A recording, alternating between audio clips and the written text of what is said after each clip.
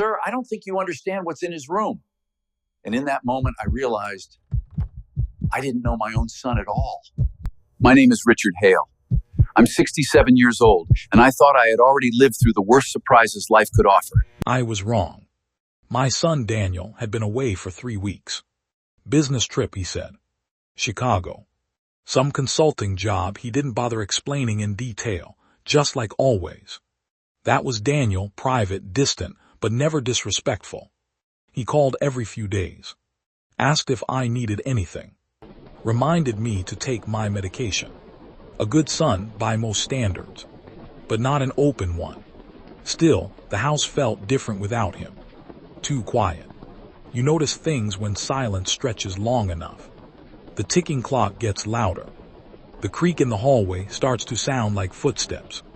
Even your own breathing feels intrusive. And his room. I hadn't stepped inside it in years. Not because I wasn't allowed. He never said I couldn't. It just felt like crossing a line. A strange kind of boundary that grows between a father and a grown son, living under the same roof. But dust doesn't respect boundaries, and neither does time. So I did something small, something normal. I hired a cleaner. Her name was Maria. Mid-30s, soft-spoken, polite. The kind of person who looked like she worked hard because life didn't give her another option. She came recommended by a neighbor. "I'll take care of everything," she told me with a small smile. And for the first hour, everything was normal. I sat in the living room with a cup of coffee, half watching the news, half listening to the distant sounds of cleaning. Vacuum humming.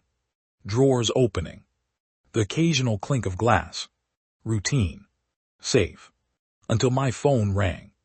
I almost didn't pick up. Unknown number. But something made me answer. Hello. Silence.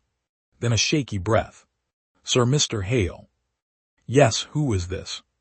It's Maria." Her voice didn't sound right. Not steady. Not calm. It sounded wrong. "What's going on?" I'm in your son's room." My grip tightened on the phone. "Okay." Another pause. Longer this time.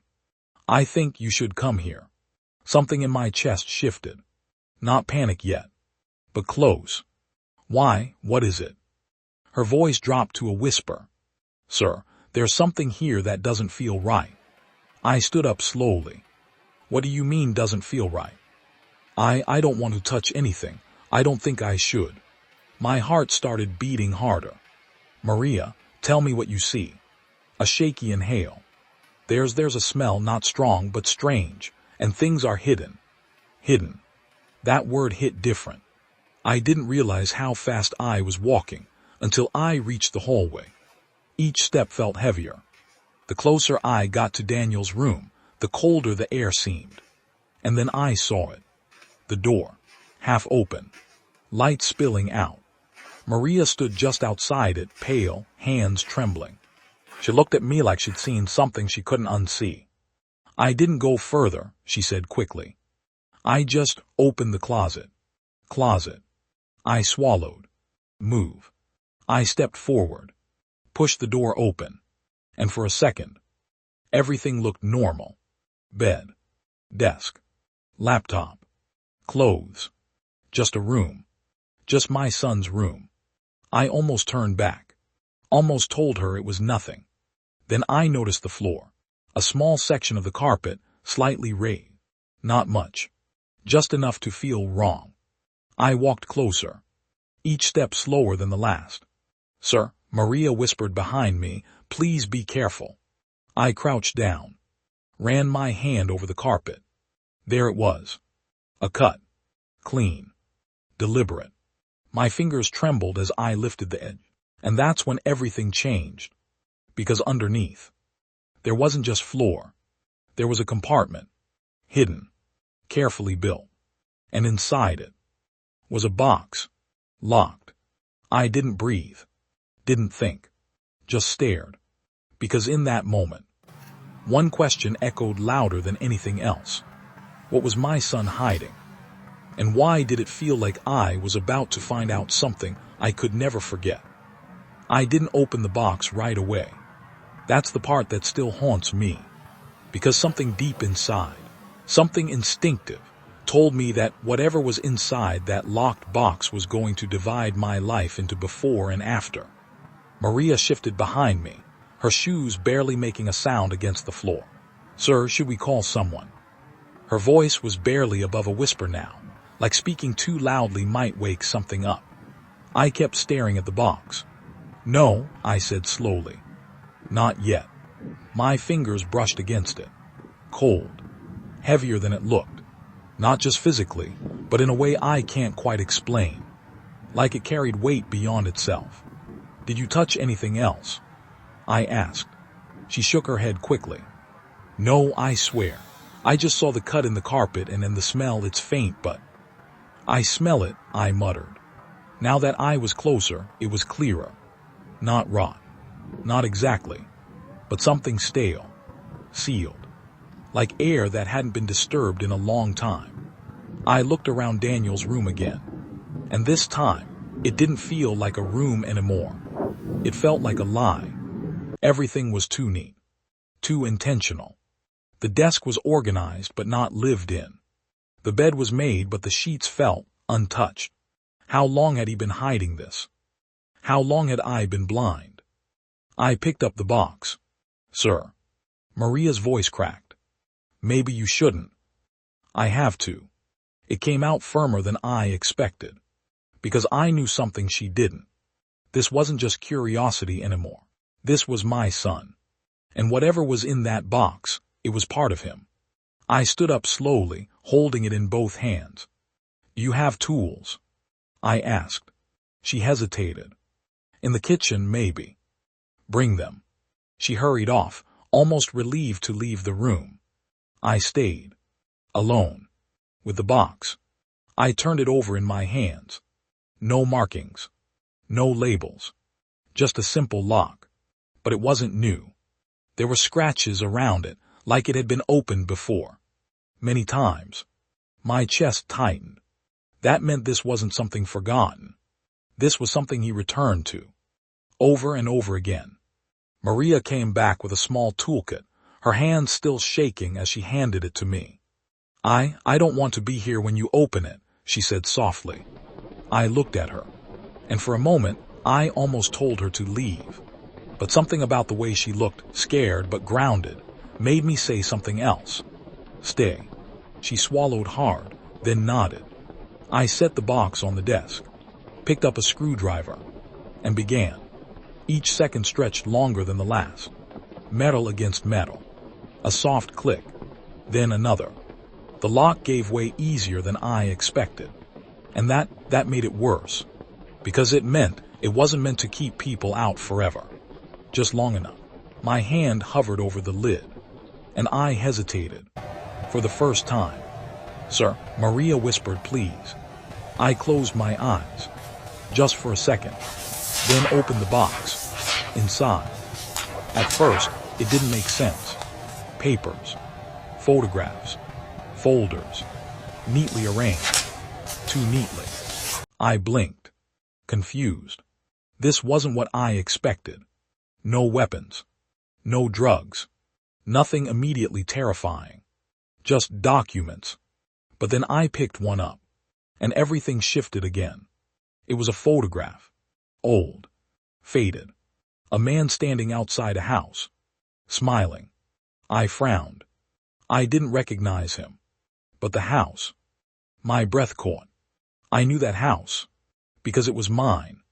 Or at least it used to be. 30 years ago. Before we moved. Before everything changed. Why would Daniel have this? I murmured. Maria leaned closer, hesitant but curious. "There's more," she said quietly.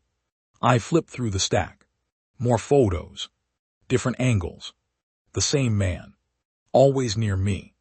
Near my life. Watching. Documenting. A cold wave ran through my body. This doesn't make sense. Until I saw the next item. A folder. Thicker than the rest. I opened it. And my hands began to shake. Because at the top of the first page was my name. Richard Hale. Typed. Formal. Like a report. I started reading. Line by line. And with every word, the ground beneath me began to collapse. Surveillance notes. Dates. Times. Locations. Movements. Conversations. Details no stranger should know. Details no one should have recorded. My throat went dry. This is impossible. Maria stepped back slightly. What is it? I couldn't answer, because I hadn't reached the worst part yet. I turned the page, and there it was. A single line that made my entire body go cold. Subject unaware of continued monitoring. Integration via child remains successful. I stopped breathing. Integration. Via child. My mind refused to process it. No, that doesn't. I flipped further. Faster now. Desperate. And then I saw it. A photograph. Different from the others. Newer. Clear. High resolution. A hospital room. A woman lying in bed. Holding a newborn baby. My chest tightened. Because that woman was my wife. And that baby was Daniel. But the man standing beside her wasn't me. The room spun. No. My knees almost gave out. That's not possible. Maria gasped softly behind me. Sir. I couldn't hear her. Couldn't feel the room anymore. Because everything I thought I knew, every memory, every moment, was suddenly under question. Who was that man? Why was he in that photo?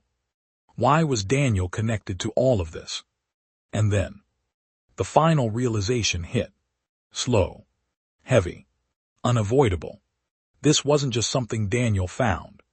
This wasn't just curiosity. This was something he inherited. Something that started long before him. And somehow, I was at the center of it. My hands trembled as I looked back down at the box. At the remaining contents. At the secret still buried inside. And for the first time in my life, I was afraid to keep looking. Because I didn't know if I could survive the truth. But I knew one thing for certain. I wasn't done. Not even close. I should have stopped. Closed the box. Walked out. Called the police. Called anyone. But when your entire life starts unraveling in your hands, logic doesn't come first. Truth does. Even if it destroys you. My fingers moved again before my mind could catch up. I pulled out the next stack of documents, thinner this time, clipped together with precision. Maria hovered near the doorway now, like she was ready to run but couldn't bring herself to leave.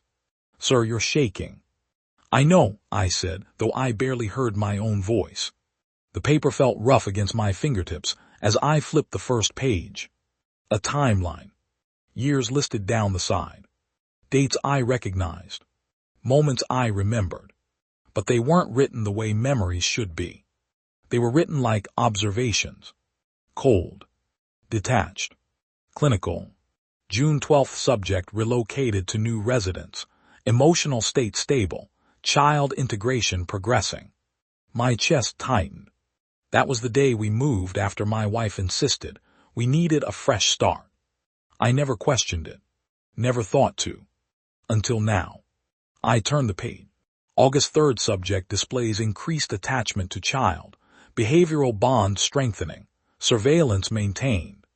My grip tightened on the paper. They were watching me love my own son. Documenting it. Studying it. Like I was part of an experiment. Who would do this? Maria whispered, her voice barely holding together. I didn't answer. Because a thought had already started forming in my head.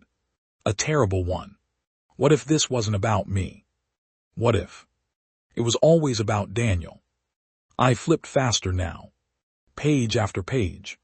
Years passing in ink and observation. Subject unaware. Subject remains compliant. Child developing as expected. Expected. Expected for what? My breathing grew uneven. This doesn't make sense. But deep down it was starting to. All the little things. All the moments I ignored. Daniel's silence. His distance. The way he observed people more than he spoke to them. The way he asked questions that felt too precise. Too calculated. I always thought he was just different. Reserved. But what if? I froze. A new section. Marked clearly. Phase transition. My hands hesitated for only a second before I opened it. And immediately, I wished I hadn't. Because the tone changed. No longer passive. No longer observational. This part was active. Intentional. Subject nearing obsolescence. My heart slammed against my chest. Obsolescence. What the hell did that mean? Child has reached required developmental threshold. Monitoring subject no longer essential. A ringing started in my ears. Loud. Overwhelming. Sir, sit down, Maria urged, stepping closer. You don't look well. I'm fine, I snapped, too quickly, too sharply. Because I wasn't fine. I was breaking. I turned the page. And this time, there was no mistaking it. Contingency protocols discussed. Removal options evaluated. The word hit like a physical blow. Removal. My hands went cold. No. Maria's voice cracked. What does that mean? I couldn't lie. They're talking about me. The room fell silent. Even the air felt heavy. I forced myself to keep reading. Because stopping now wouldn't save me. Preferred outcome, natural disengagement. Subject to remain unaware until termination. My vision blurred. Natural disengagement. Termination. They were planning my death. Not as a crime. Not as an accident. But as a conclusion. A step in something larger. Daniel. I whispered. My son. My entire world. Where did he fit into this? I flipped to the next page with trembling hands. And that's when I saw his name.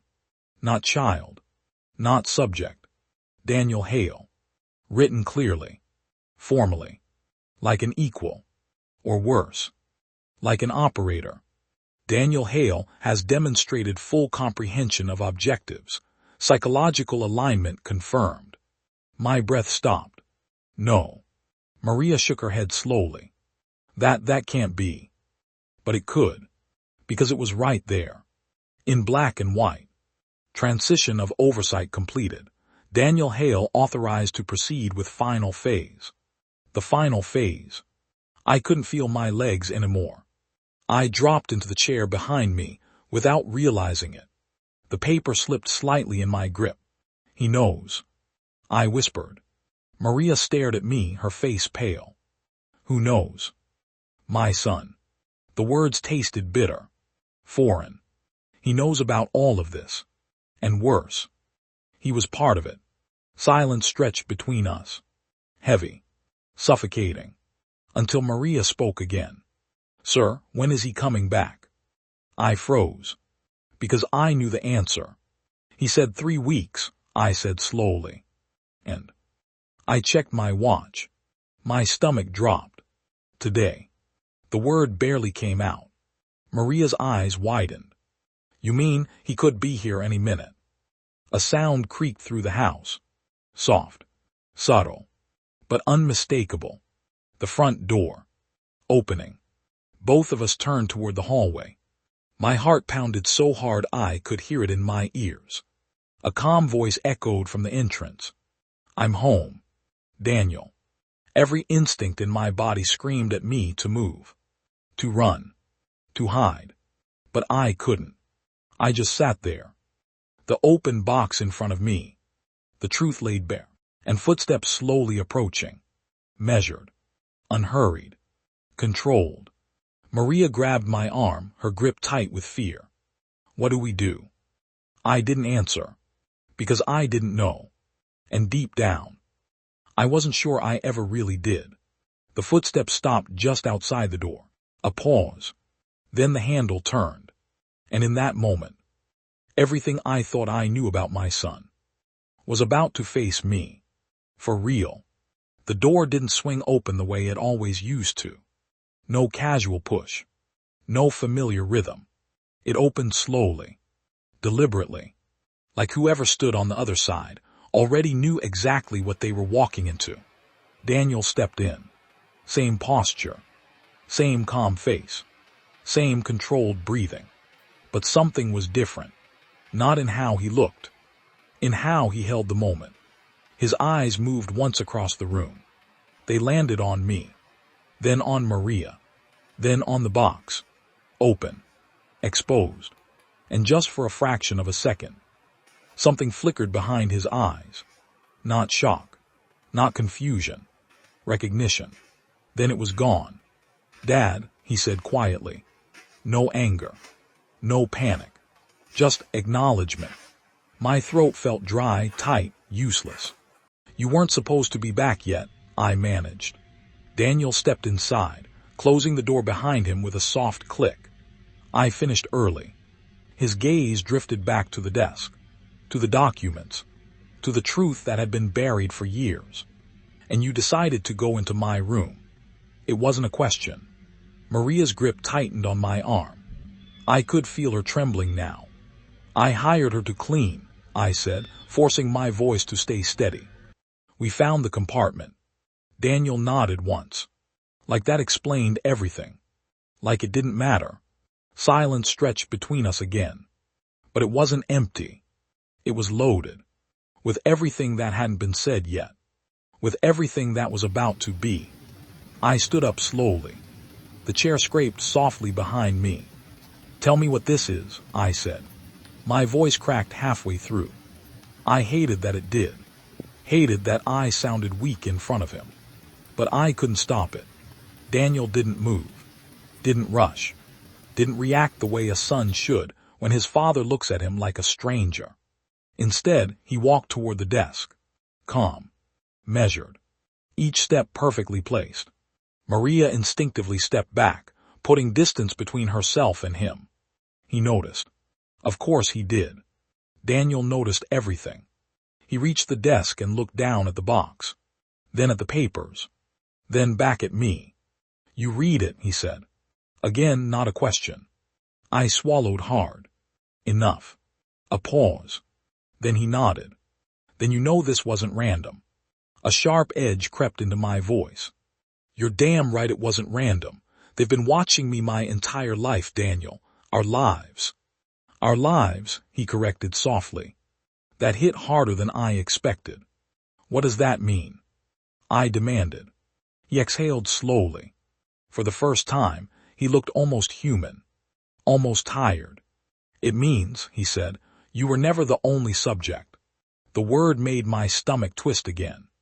"I'm not a subject," I snapped. He held my gaze. "No," he said quietly. "You were a variable." The room went still. Even Maria stopped breathing. "A variable in what?" I asked, my voice barely holding together. Daniel didn't answer right away. Instead, he picked up one of the folders. Flipped it open. Like he'd done it 1,000 times before. "Do you remember when Mom insisted we move?" he asked. My chest tightened. "Yes." "You never asked why." I trusted her. A flicker of something crossed his face. "Exactly." He placed the folder down again. "That house, the first one, it wasn't random. It was selected." "For what?" "For proximity." The word hung in the air. Cold. Heavy. "To who?" I asked. Daniel looked at me. And this time, there was no hesitation. "To me." My mind struggled to keep up. "That doesn't make any sense." "It does," he said. "You just don't want it to." Anger flared inside me now. Sharp. Protective. "You're talking like you're part of this, like you agree with it." He didn't flinch. "I am part of it." The words hit harder than anything else. Maria let out a soft, terrified breath. "No." I whispered. "No, you're my son." "Yes," he said. And that's exactly why it worked. I felt something inside me crack. "You think this is working?" I said, my voice rising. "You think this is normal?" "No," Daniel replied calmly. "I think it's effective." The room felt smaller. Tighter. Like the walls were closing in. Effective for what? I demanded. He took a step closer. Not aggressive. Not threatening. But intentional.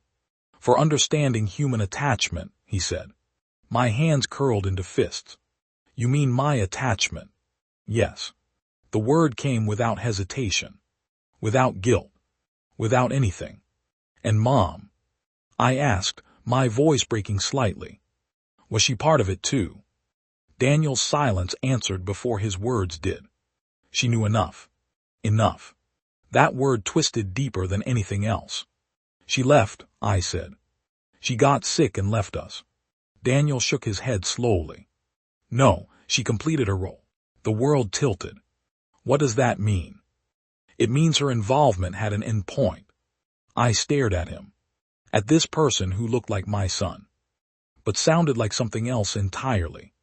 Was anything real? I asked. And for the first time. Daniel hesitated. Just a second.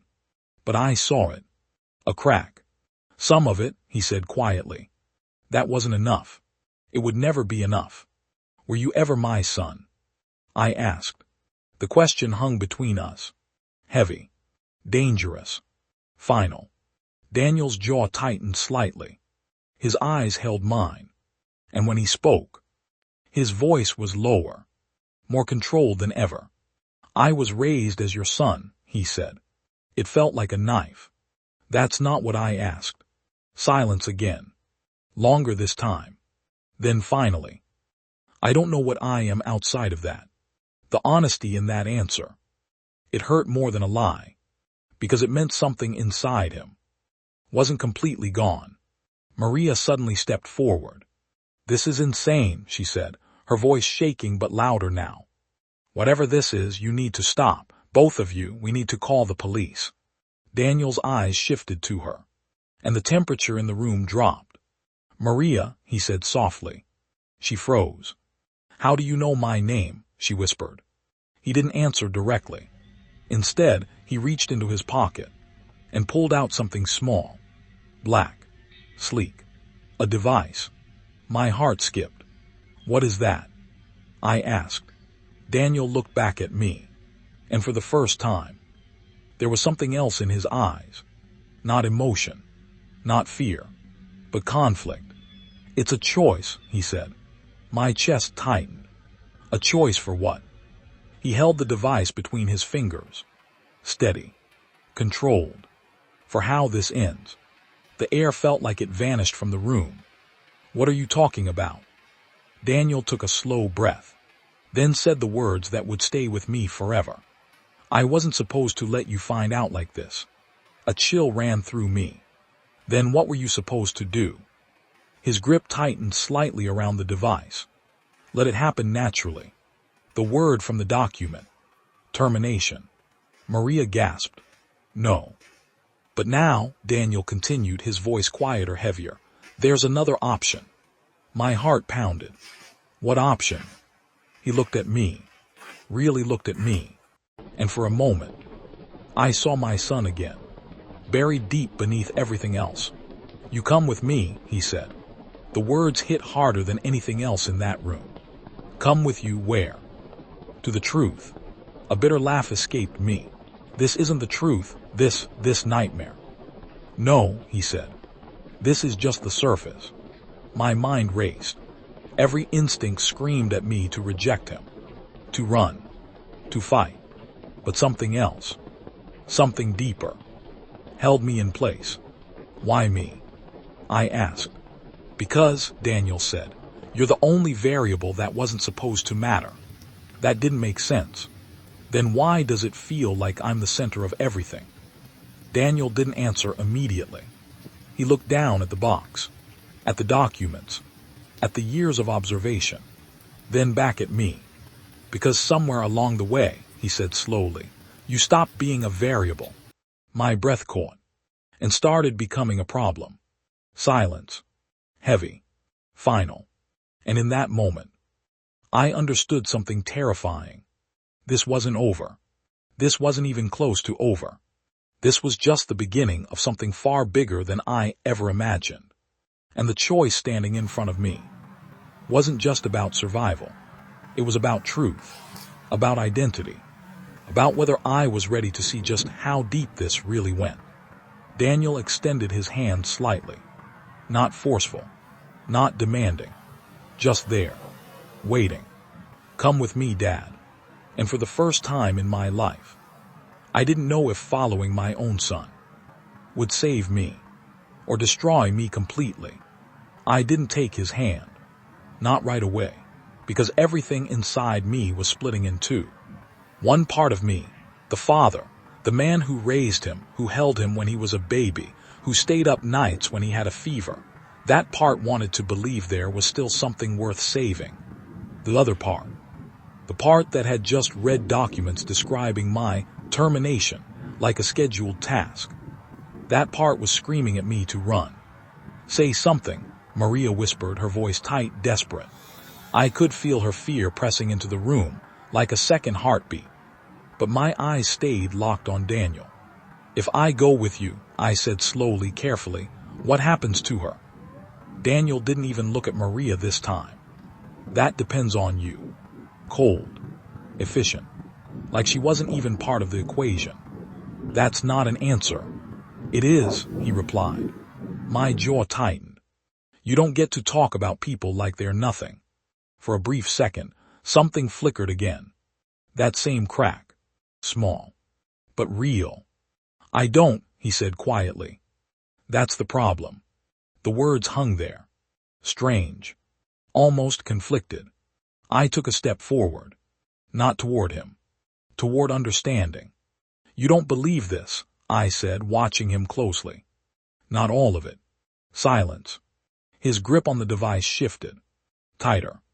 Daniel, I pressed, my voice softer now, look at me. He did.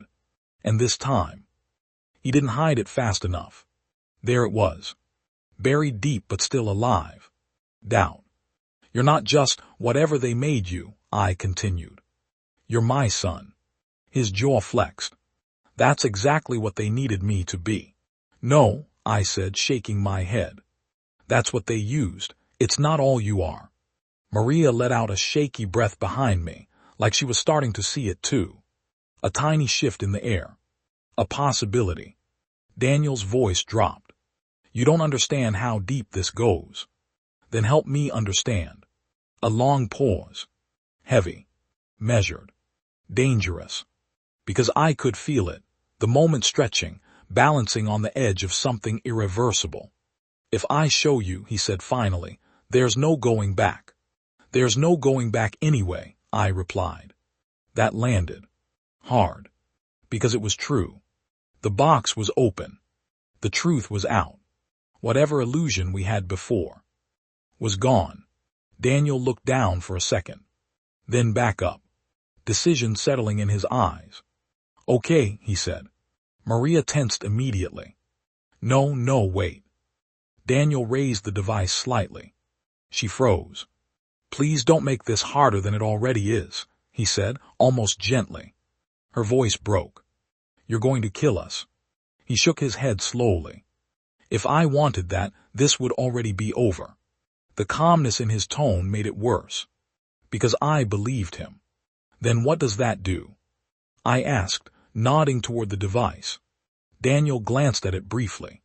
It signals them. A cold wave ran through me. Them. Not a name. Not a group. Just them. What happens after you signal? I asked. They come. How fast? Daniel hesitated. Then. They're already close. Maria let out a small, broken sound. Oh my God. I felt it too. That shift in the air again. Like something was approaching, unseen but inevitable. You planned this, I said. Not like this, Daniel replied. But you knew this day would come. Yes. No hesitation. No denial. Just truth. And you were going to let them. I couldn't even finish the sentence. Remove you, he said. The word felt surgical. Precise. Inhuman. I nodded slowly. He didn't look away. That was the plan. My chest tightened. something sharp and painful pushing up through my throat. And now, another pause. Longer. He looked at me again. Really looked this time. Like he was trying to memorize something. Now I'm not sure. That was the most human thing he'd said. And it scared me more than anything else. Because uncertainty meant instability. And instability meant danger. For them. I asked. For everyone, he said quietly. A distant sound cut through the silence. Low. Subtle. But unmistakable. An engine. Not just one. Multiple. Maria grabbed my arm again. Did you hear that? I nodded slowly. Daniel didn't move. Didn't react. Which told me everything I needed to know. They're here, I said. Yes. The word landed like a final verdict. My pulse hammered in my ears. What do they want from me now? Daniel's answer came softer than I expected. They want to fix the mistake. A chill crawled down my spine. And the mistake is me. He didn't answer. He didn't need to. The sound of car doors opening echoed faintly from outside. Footsteps. Measured. Coordinated. Not rushing. Not hesitating. Professional. Maria was shaking now. We have to hide. We have to do something. There's nowhere to hide, Daniel said. My mind raced. Options. There had to be options. There's always something, I muttered. Daniel's eyes shifted back to me. You still think like that, he said. Like what? Like you have control. I stepped closer to him. Closer than I had since he walked in. Don't tell me I don't. He held my gaze. Then slowly. He extended the device toward me. Then take it. I froze. What? Take it, he repeated. Maria gasped softly. Don't. What does it do? I asked again. Daniel's voice dropped. It overrides the signal. My heart skipped. You can stop them. For a moment, he said. Maybe longer, depending on what you do next. The footsteps outside grew louder. Closer. Time was collapsing in on us. Why are you giving this to me? I demanded. Because it didn't make sense. None of this made sense. And yet, here it was. He looked at me. And for the first time since this started, he didn't look like something created. He looked like something torn. Because I need to know, he said quietly, if you're more than what they think you are. My breath caught. And if I'm not? His expression hardened slightly. Then none of this matters. The footsteps reached the front door. A hand tested the handle. Locked. For now. Maria's grip tightened painfully. Richard, please. I looked at her. Then at Daniel. Then at the device in his hand. This wasn't just a choice. It was a line. Between everything I had been. And everything I was about to become. Outside, something heavy hit the door. Once. Twice. The wood creaked. Time was up. I reached forward. My hand closing around the device. Cold. Solid. Real. And in that moment, I realized something that changed everything. They had been watching me my entire life. Studying me. Measuring me. But they never expected this. They never expected me. To make my own decision. The door behind us splintered. And I tightened my grip. Because whatever happened next was finally going to be on my terms. The door didn't just break. It gave in like it knew it never stood a chance. Would split inward with a violent crack. Fragments scattering across the floor as three figures stepped inside almost at the same time. No shouting. No chaos. Just precision. Black clothing. No visible insignia. Faces calm, too calm. They didn't look like intruders. They looked like they belonged. Maria let out a strangled gasp behind me, her fingers digging into my sleeve so hard I could feel her nails through the fabric. I didn't move. Not yet. Because every part of me was locked on one thing. The device in my hand. Richard Hale, one of them said. A man. Mid-40s, maybe. Clean voice. Controlled. Like he'd said my name 100 times before. Step away from the subject. Subject. I almost laughed, but it caught in my throat. No, I said. Simple. Flat. Even I didn't expect it to come out like that. The man's eyes flicked briefly to Daniel. Then back to me. You're making this unnecessarily difficult. I think you've had that covered for a long time, I replied. Silence. Not tense. Measured. Like they were recalculating. Daniel hadn't moved. Not an inch. He stood slightly behind me now, his expression unreadable, but I could feel it, the shift in him. Not fully with them. Not fully with me.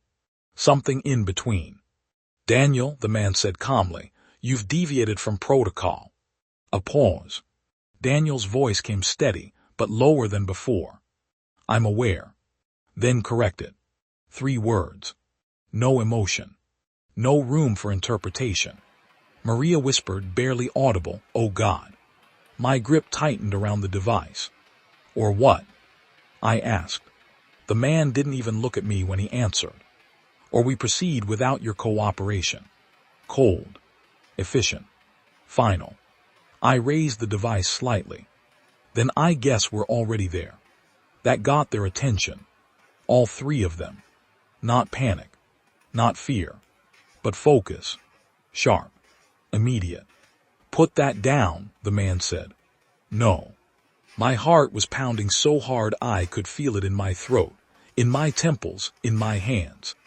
But my voice didn't shake, and that surprised me. You don't know what you're holding, he continued. I glanced at Daniel. Just for a second. Actually, I said, I think I know exactly what I'm holding. A flicker in the man's expression. Small. But real. And that told me something important. I wasn't as irrelevant as they thought. Richard, he said again, slower this time, you've lived a long life, a stable one, a controlled one. There's no reason to disrupt that now. I almost smiled. Controlled. That word again. You don't get to say that to me, I said quietly. Not after what I've read. That information wasn't meant for you. Well, here we are. A beat of silence. Then. Daniel. This time, there was a warning in it. A shift. Pressure. Daniel's jaw tightened slightly. But he didn't move. Didn't step toward them. Didn't step away either. Just stood there. On the edge. Tell him, the man said. Another pause. He deserves context.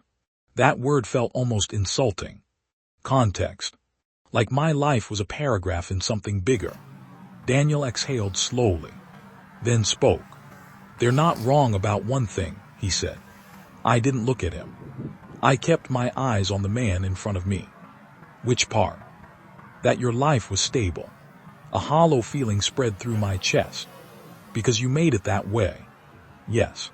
No hesitation. No denial. But not for the reasons you think. That pulled my attention back to him. What does that mean? Daniel stepped slightly forward now. Not toward them. Toward me. You weren't just being observed, he said. You were being preserved. The word didn't land right. Preserved for what? Before he could answer, the man cut in. That's enough. His tone sharpened for the first time. And that told me Daniel was getting too close to something they didn't want said. Let him finish, I said. No. Simple. Final. And then the other 2 moved. Just a step. Subtle. But enough. Positioning. Preparation. My pulse spiked. I lifted the device higher. Don't, I said. They stopped. Immediately. Which confirmed it. This thing mattered. A lot. Daniel's eyes locked onto mine. Listen to me, he said, faster now. If you trigger that the wrong way, you won't just stop them, you'll bring more. How many more? I asked. His answer came quiet. Enough. Maria let out a small, broken sob. This can't be real. But it was.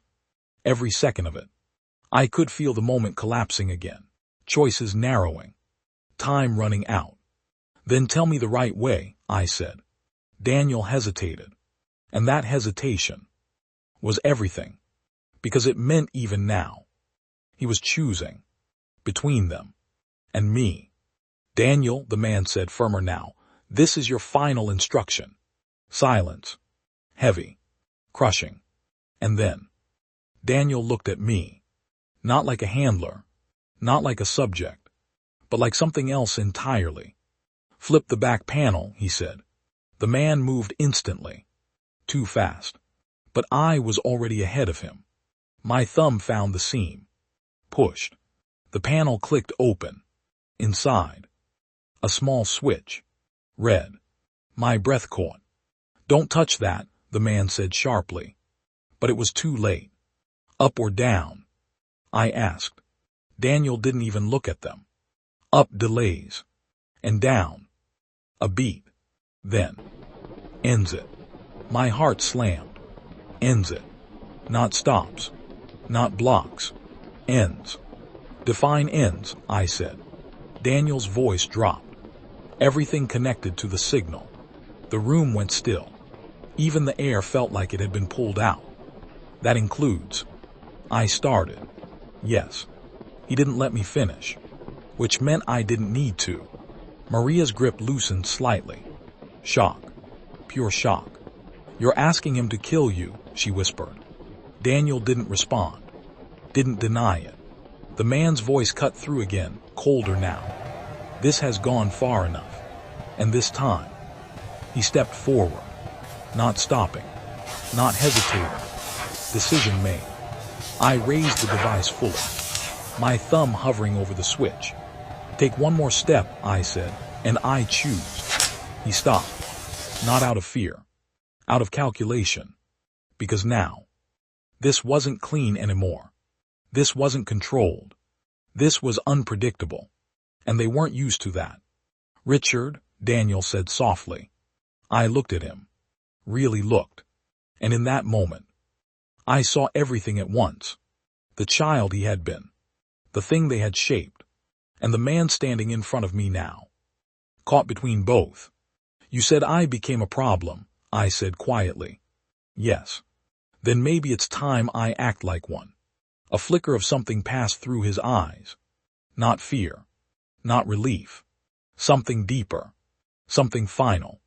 My thumb pressed lightly against the switch. Up. Delay. Time. Or down. End. Everything. The silence stretched so thin it felt like it might snap. And in that moment, I understood something with absolute clarity. They had designed every part of this. Every outcome. Every reaction. Except one. Me. And whatever choice I made next was the only thing in this entire situation that was truly mine. I took a breath. Slow. Steady.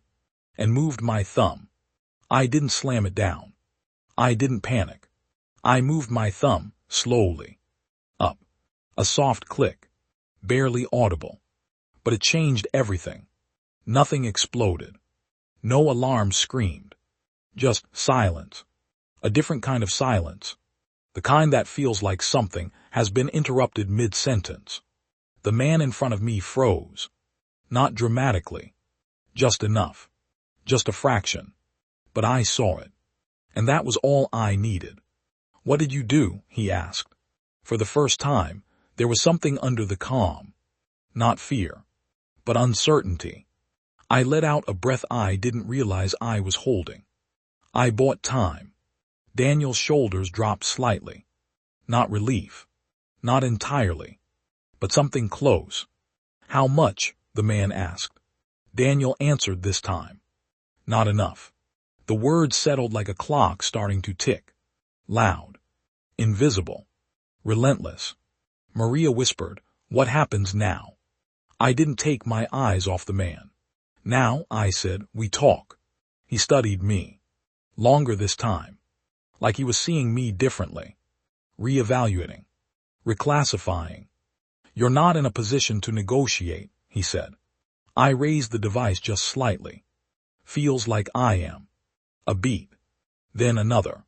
Then. He exhaled. Small. Controlled. but it was there. Fine, he said. You have a window. That word again. Always measured. Always temporary. I nodded once. Good, then start explaining. He didn't move closer. Didn't step back either. Just adjusted his stance. Your son already told you the basics. No, I said. He told me fragments. I want the truth. A flicker in his eyes. Amusement. No. Something sharper. You wouldn't recognize the truth if I gave it to you all at once. Try me. Silence stretched again. But this time it shifted. Because now, he was choosing to speak. You were never the target, Richard, he said. I felt that land. Heavy. But you said I was a variable. Yes. Then what was the experiment? His gaze didn't waver. Continuity. The word hung there. Strange. Abstract. Continuity of what? I asked. Of influence. That didn't help. Speak clearly. He tilted his head slightly. Fine, we study how influence passes from one generation to the next. Not just behavior, not just belief, something deeper. I felt my chest tighten. You mean control. If you want to reduce it to that, yes.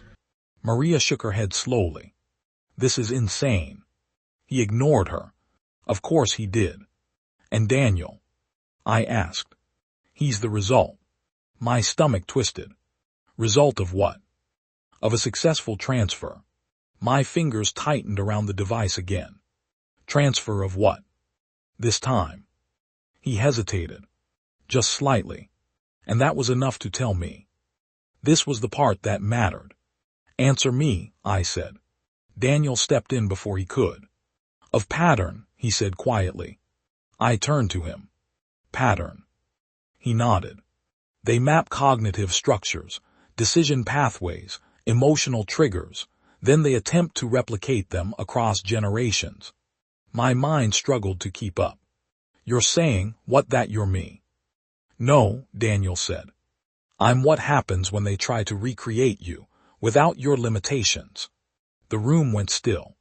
Even the others didn't interrupt. Because now, we were at the core. That's not possible, I said. It is, the man replied. With enough data. My head shook slowly. No, you don't recreate a person with data, you get a copy, a shadow. Exactly.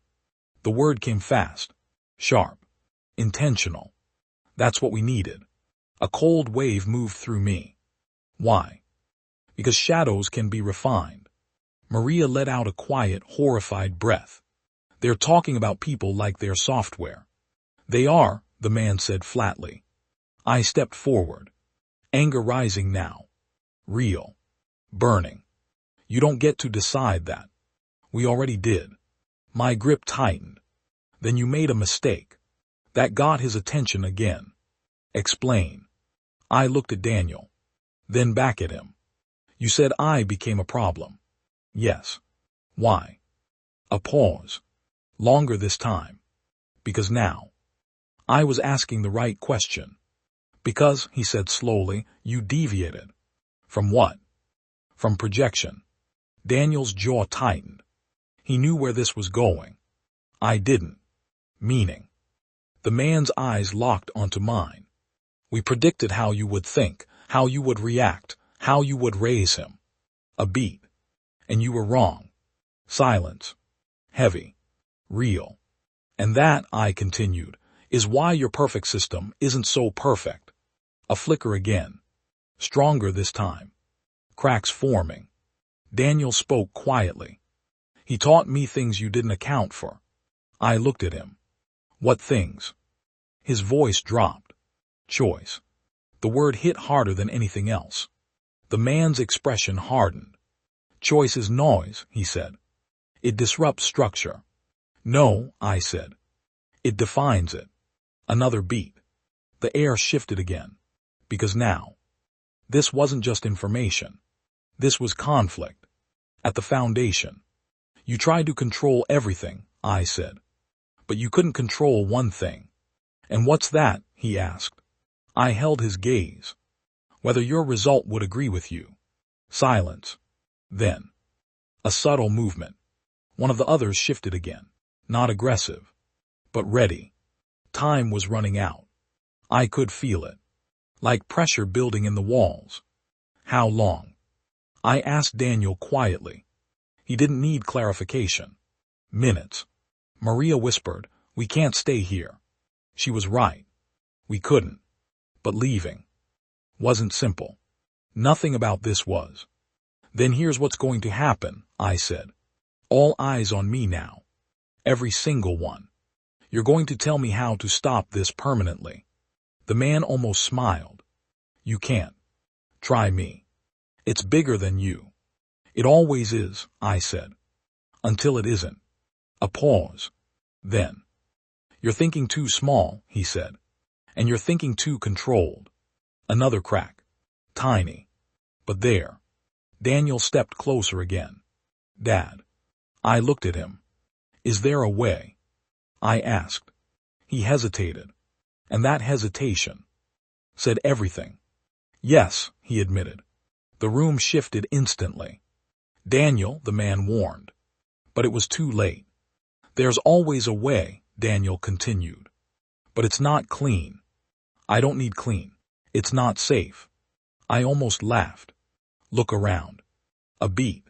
Then, "It would collapse the network," he said quietly. My pulse spiked. Define collapse. No more oversight, no more monitoring, no more control. Maria's breath hitched.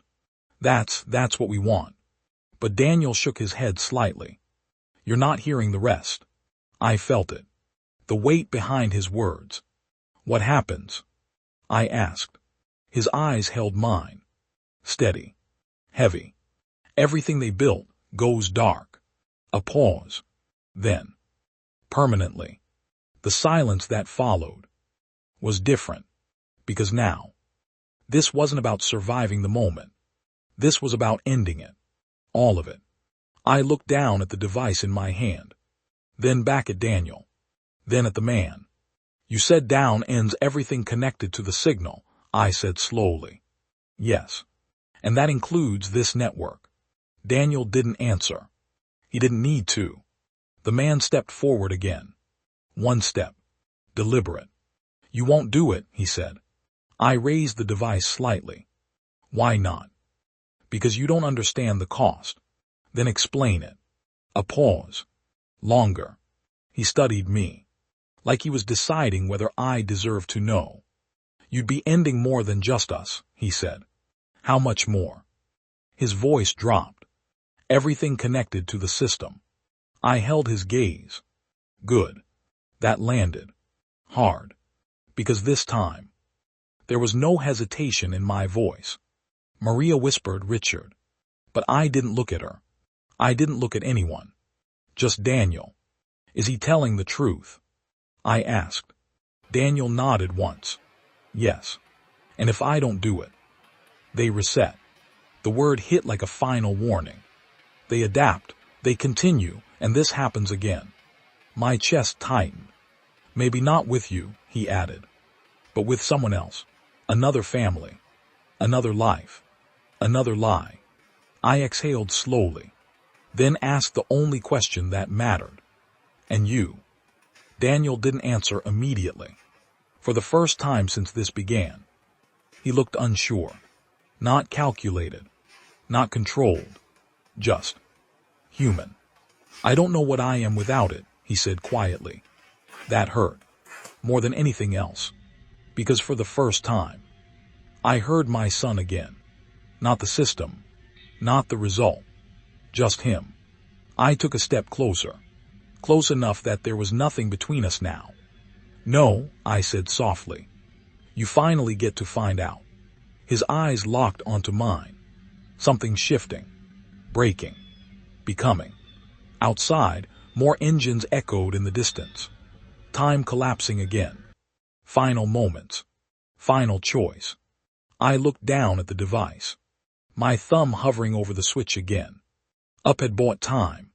Down would end it. Everything. Every lie. Every control. Every shadow. I looked back at Daniel. Then at the man. then at the broken door behind them, at the world that had been carefully built around me, without my knowledge. And I made my decision, not as a variable, not as a subject, but as something they never planned for. A father. My thumb moved. Down. A sharp click echoed in the room. And for the first time, every single one of them reacted, not with control, not with calculation, but with something raw, something real, because they knew what I had just done couldn't be undone. The lights flickered. Once. Twice. Then everything stopped. The silence that followed wasn't normal. It wasn't the quiet of a house settling or a room holding its breath. It was absence, like something vast had just been cut out of the world. The lights didn't just flicker again. They died. Not dimmed. Not faded. Gone. For a fraction of a second, we stood in complete darkness. No movement. No sound. Then, a low hum. Not from the house. From everywhere. It vibrated through the walls, the floor, my chest. Maria gasped, her hand clutching my arm again, but this time it wasn't just fear. It was confusion. What did you do? I didn't answer. Because I didn't know. Not fully. But I felt it. Something had changed. Something massive. And then slowly, faint light returned. Not from the overhead fixtures. From outside. A dull, unnatural glow bleeding through the windows. Daniel moved first. Just one step. Then he stopped. His head tilted slightly, like he was listening to something that wasn't there anymore. "They're gone," he said. The words didn't register at first. "What?" I asked. "The signal," he clarified. "The network, I can't feel it." Feel it. The way he said that. It wasn't metaphor. It was real to him.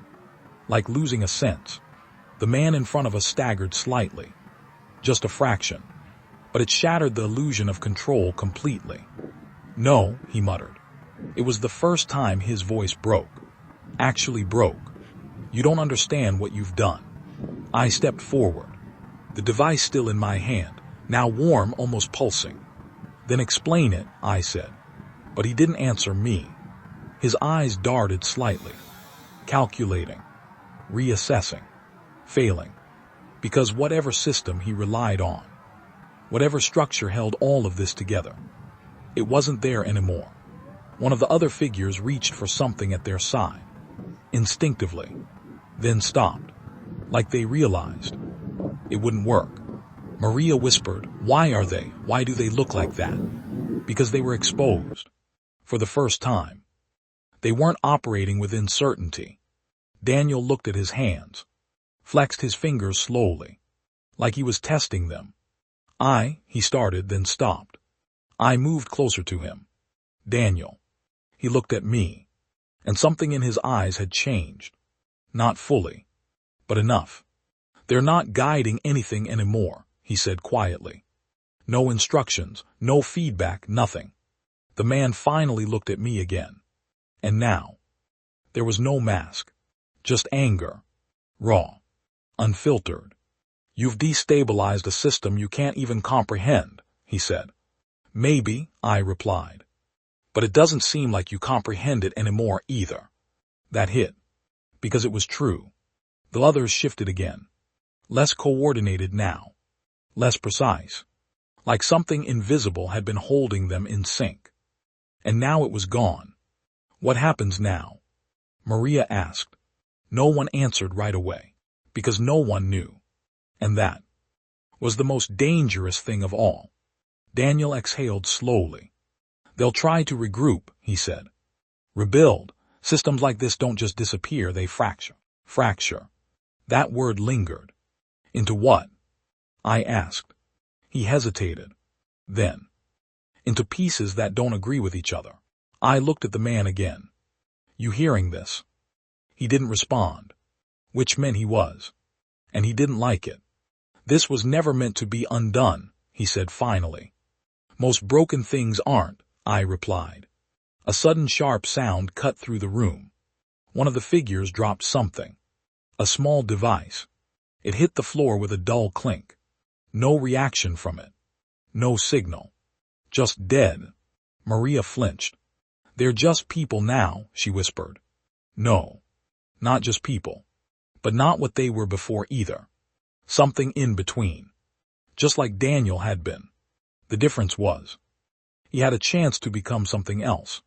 I turned to him. "What do we do?" The question felt strange coming from me, but it was real, because for the first time since this started, there wasn't a script, no path laid out, no expected outcome, just choice. Daniel looked around the room, at the broken door, at the scattered papers, at the men who no longer looked untouchable, then back at me. "We leave," he said. Simple, clear, human. "And them?" Maria asked. Daniel glanced at them briefly. "They'll survive," he said. "Or they won't, but they won't control anything anymore." The man let out a quiet, bitter laugh. "You think this ends control," he said. "It just changes who holds it." I stepped closer to him, close enough to see the cracks in his composure. "Maybe," I said. "But at least now, it won't be you." Silence. Heavy. Final. I turned back to Maria. "Go," I said. She didn't hesitate this time. Didn't question. She moved. Fast. Toward the hallway. Toward the front door that barely hung on its hinges. I looked at Daniel. He hadn't moved yet. "You coming?" I asked. A pause. Then he nodded. Yes. We walked past them. Not running. Not rushing. Just walking. Like normal people leaving a broken room behind. But nothing about this was normal. As we stepped outside, the air felt different. Still. Too still.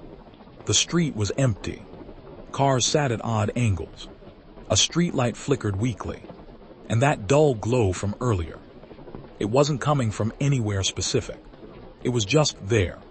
Like the world itself was adjusting. Maria turned in a slow circle. "What is happening?" Daniel stepped out beside me. "This is what it looks like when something big collapses," he said. His voice was steady, but softer, less certain. I looked at him. Really looked. And for the first time, I didn't see a result. I didn't see a subject. I didn't see a project. I saw my son. Confused. Free. And maybe a little scared. "Hey," I said quietly. He looked at me. "What now?" A small breath left me. Not heavy. Not broken. Just real. "Now," I said, "we figure out who we are without them." He held my gaze. And slowly. For the first time in longer than I can remember. He nodded like a son. Not a system. Not a construct. Just Daniel. Behind us, the house stood open. Broken. Full of answers that no longer mattered. Ahead of us was something else entirely. Unwritten. Uncontrolled. And for the first time in my life, that didn't terrify me. It felt right. We stepped forward. Together. And whatever came next, it would finally be ours. We didn't get far before the silence started feeling wrong again. Not empty this time. Watching. The street stretched ahead of us, still too quiet, cars frozen midlife like someone had pressed pause on the world. A door down the block hung open. A bicycle lay on its side. Somewhere far off, something metallic clanged once, then nothing. Maria walked fast, arms wrapped around herself like she was trying to hold her body together. "Why is nobody outside?" she whispered. "There should be people, neighbors, someone." Daniel didn't answer immediately. He was scanning everything now. Not like before, not like a system processing inputs. Like a human trying to make sense of chaos. "They're there," he said finally. "Just not synchronized." "That doesn't make sense," she said.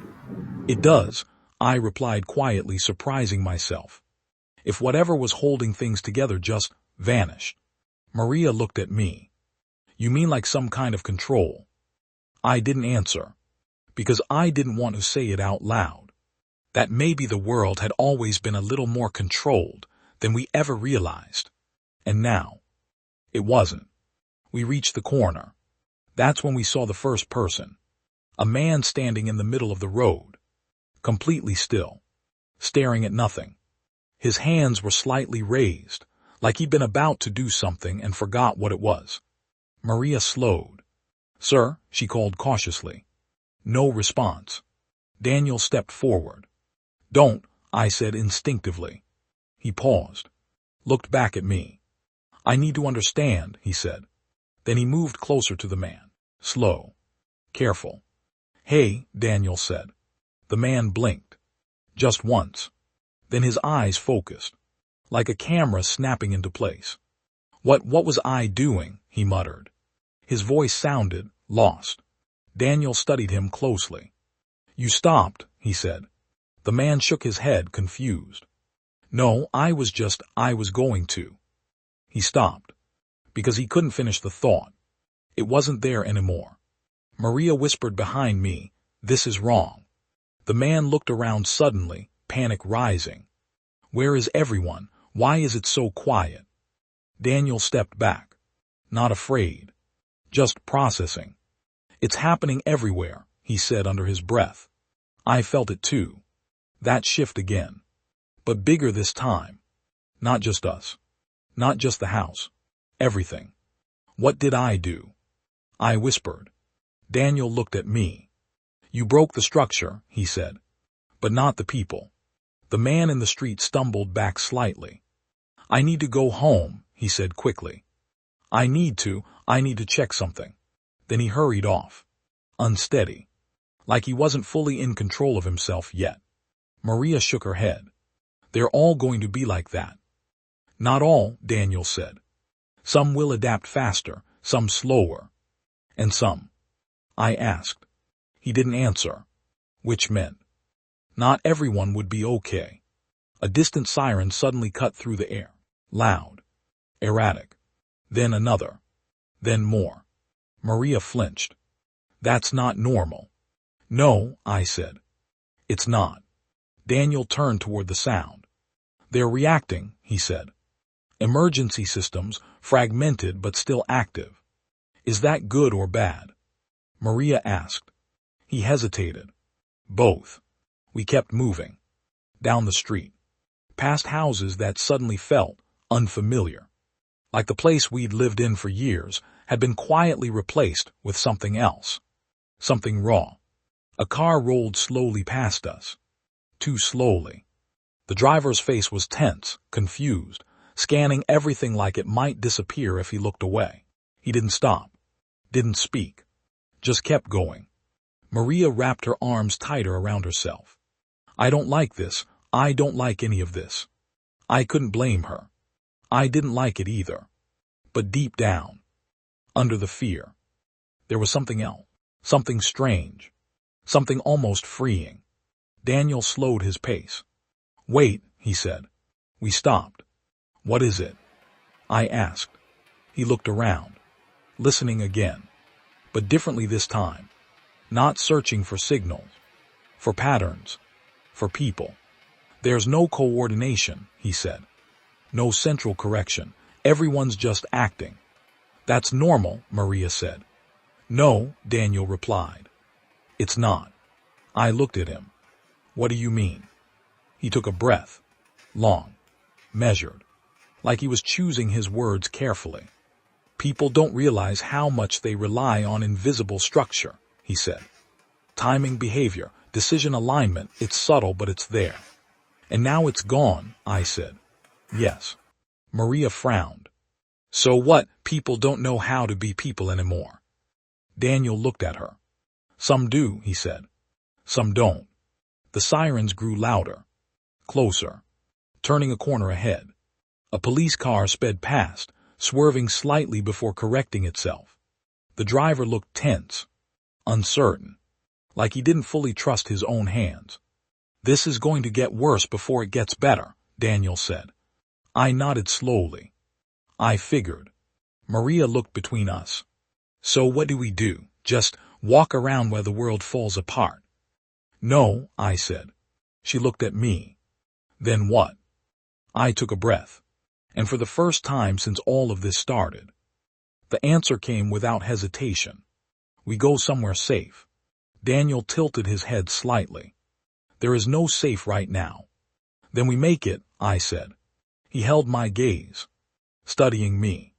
Not as data, not as a pattern, as a person. You really believe that, he said. Yes. A pause. Then, a small shift in his expression. Subtle, but real. Okay, he said. Maria exhaled shakily. Where? I thought for a moment. Then, my brother's place, I said. Daniel's brow furrowed slightly. You never talk about him. I know. Why now? I met his eyes.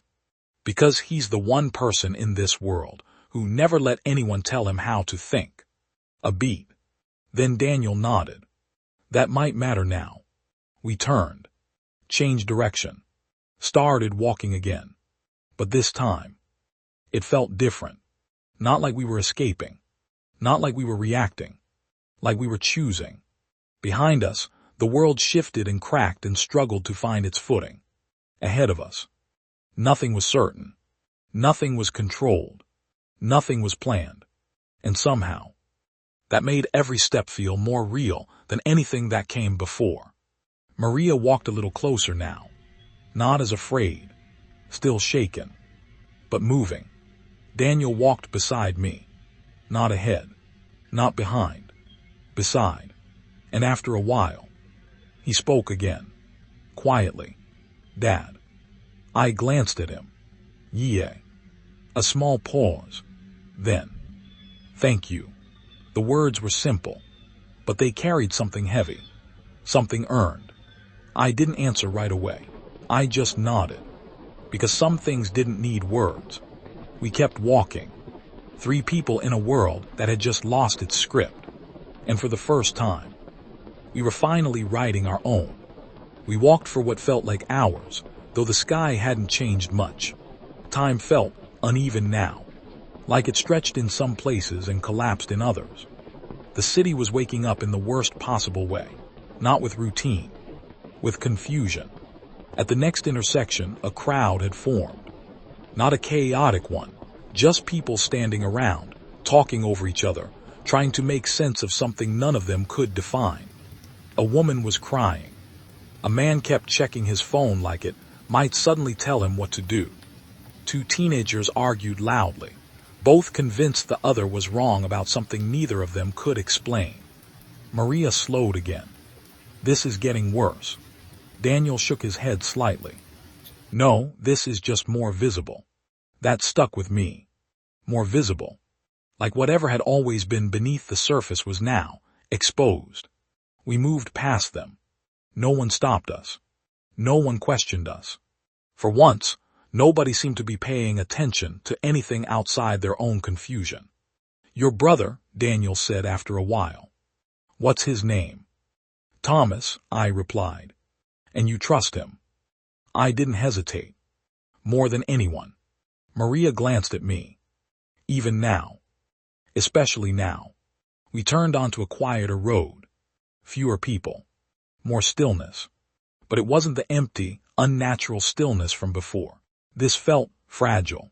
Like the world was holding itself together with whatever it had left. There, I said, pointing ahead. A small house at the end of the street. Nothing special. Never was. But right now, it felt like the only place in the world that might make sense. We approached slowly. I knocked. Once. Twice. No answer. Maria shifted nervously. What if he's not? The door opened. Thomas stood there. Same as I remembered. Older, sure. Grayer. But his eyes. Clear. Focused. Grounded. Richard, he said. Not surprised. Not confused. Just aware. You took your time. I blinked. What? He stepped aside slightly. Come in. We hesitated. All 3 of us. Because something about him felt different. Not like the others. Not lost. Not fractured. Present. Thomas, I said carefully, what's going on? He looked at Daniel, then at Maria, then back at me. I was wondering when you'd figure it out. A chill ran through me. Figure what out? He studied me for a moment, then said quietly, that none of this started today. Silence. Heavy. Unavoidable. Daniel stepped forward slightly. You weren't part of the system, he said. It wasn't a question. Thomas shook his head. No. Then how are you? Maria started but couldn't finish. Unaffected, Thomas said. He gave a small, almost tired smile. I wouldn't say unaffected. He stepped back fully now, gesturing us inside. But I've been expecting this. We entered slowly. The house felt normal. Not staged. Not controlled. Lived in. Real. And after everything we'd just seen, that alone felt overwhelming. Thomas closed the door behind us. I assume you found out, he said, looking at me. I nodded. More than I ever wanted to. And less than there is, he replied. I exhaled. I ended it. He studied me. Long. Then nodded once. Good. That caught me off guard. Good. Yes. Daniel stepped in. You understand what he did. I understand enough. Daniel frowned slightly. Then you know the consequences. Thomas met his gaze evenly. I know the cost of not doing it. Silence settled between them. Not hostile, but heavy with something unspoken. You always were the stubborn one, Thomas said to me. I let out a breath that almost turned into a laugh. Guess it finally paid off. Maria sat down slowly on the nearest chair.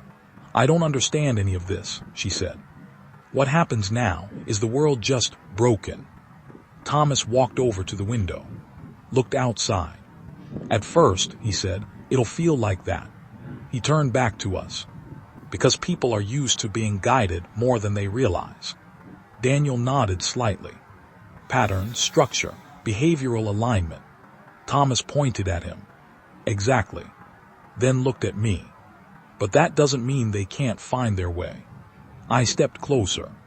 You sound very sure. I am. Why? He held my gaze. Because we did. I frowned. What do you mean? He leaned against the wall slightly.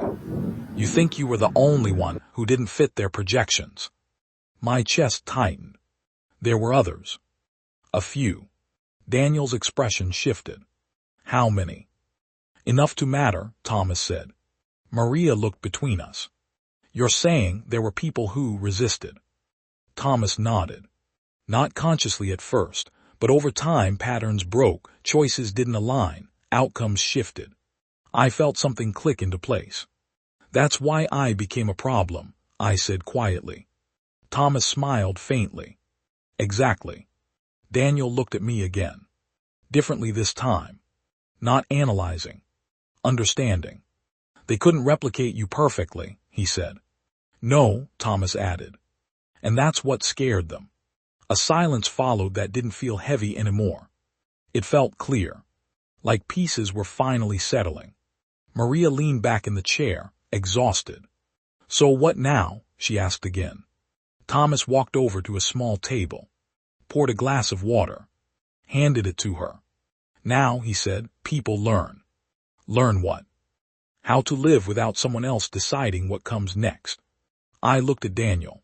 He was quiet, thinking, processing, but not like before. This was different, slower, deeper.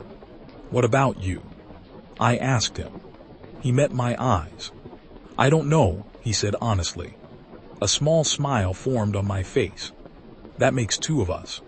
He nodded. And for the first time, there was no hesitation in it. Thomas moved back toward the window. Outside, the street was starting to change. People moving, talking, some still confused, some adapting. A man helped someone pick up dropped groceries. A woman knocked on a neighbor's door. Small things. Human things. See that? Thomas said quietly. We all looked. They're already figuring it out. Maria watched in silence, then whispered. It's messy. Thomas smiled. It always was. I stepped beside Daniel. Not in front. Not behind. Beside. You okay? I asked. He took a breath. Long. Real. Then nodded. I think I will be. I placed a hand on his shoulder. Not as a test. Not as proof. Just because I wanted to. And he didn't pull away. We stood there for a while, watching a world that had just lost its script start to write a new one, slowly, imperfectly, but honestly, after everything, after the lies, the control, the fear. What remained wasn't order. It wasn't certainty. It wasn't safety. It was something else, something fragile, something unpredictable, something real, choice. And for the first time in my life, I understood what that truly meant. Not just the ability to decide, but the responsibility to live with it. Daniel spoke again, softer this time. Dad. I glanced at him. Yeah. A small pause. Then, what if we don't get it right? I looked out at the street, at the people trying, failing, trying again, then back at him. We won't, I said. He frowned slightly. Then what's the point? I let out a quiet breath. The point is, it'll finally be us making the mistakes. He held that for a moment, then nodded. And this time, there was something new in his eyes. Not confusion, not calculation. Hope, the kind that doesn't come from certainty, but from possibility. Outside, the world kept moving, uneven, uncoordinated, alive. And inside that small house, for the first time in a very long time, I didn't feel like a variable, or a subject, or a problem. I felt like a father, standing next to his son, at the beginning of something neither of us could predict. And for once, that was enough.